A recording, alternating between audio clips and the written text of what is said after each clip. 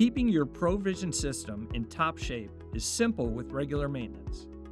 In this tutorial, we'll show you how to replace the O-ring on the Nature 2 cartridge side of your system. Start by shutting off your pump. If your system has shutoff valves on either side of the unit, close them to prevent water loss. Next, turn the small collar counterclockwise and remove. Take out the old O-ring and discard it. Place the new O-ring in the groove on the top of the unit, making sure it's properly seated. Then, retighten the collar by turning it clockwise until secure. And that's it, a quick and easy way to maintain a proper seal and keep your system running efficiently.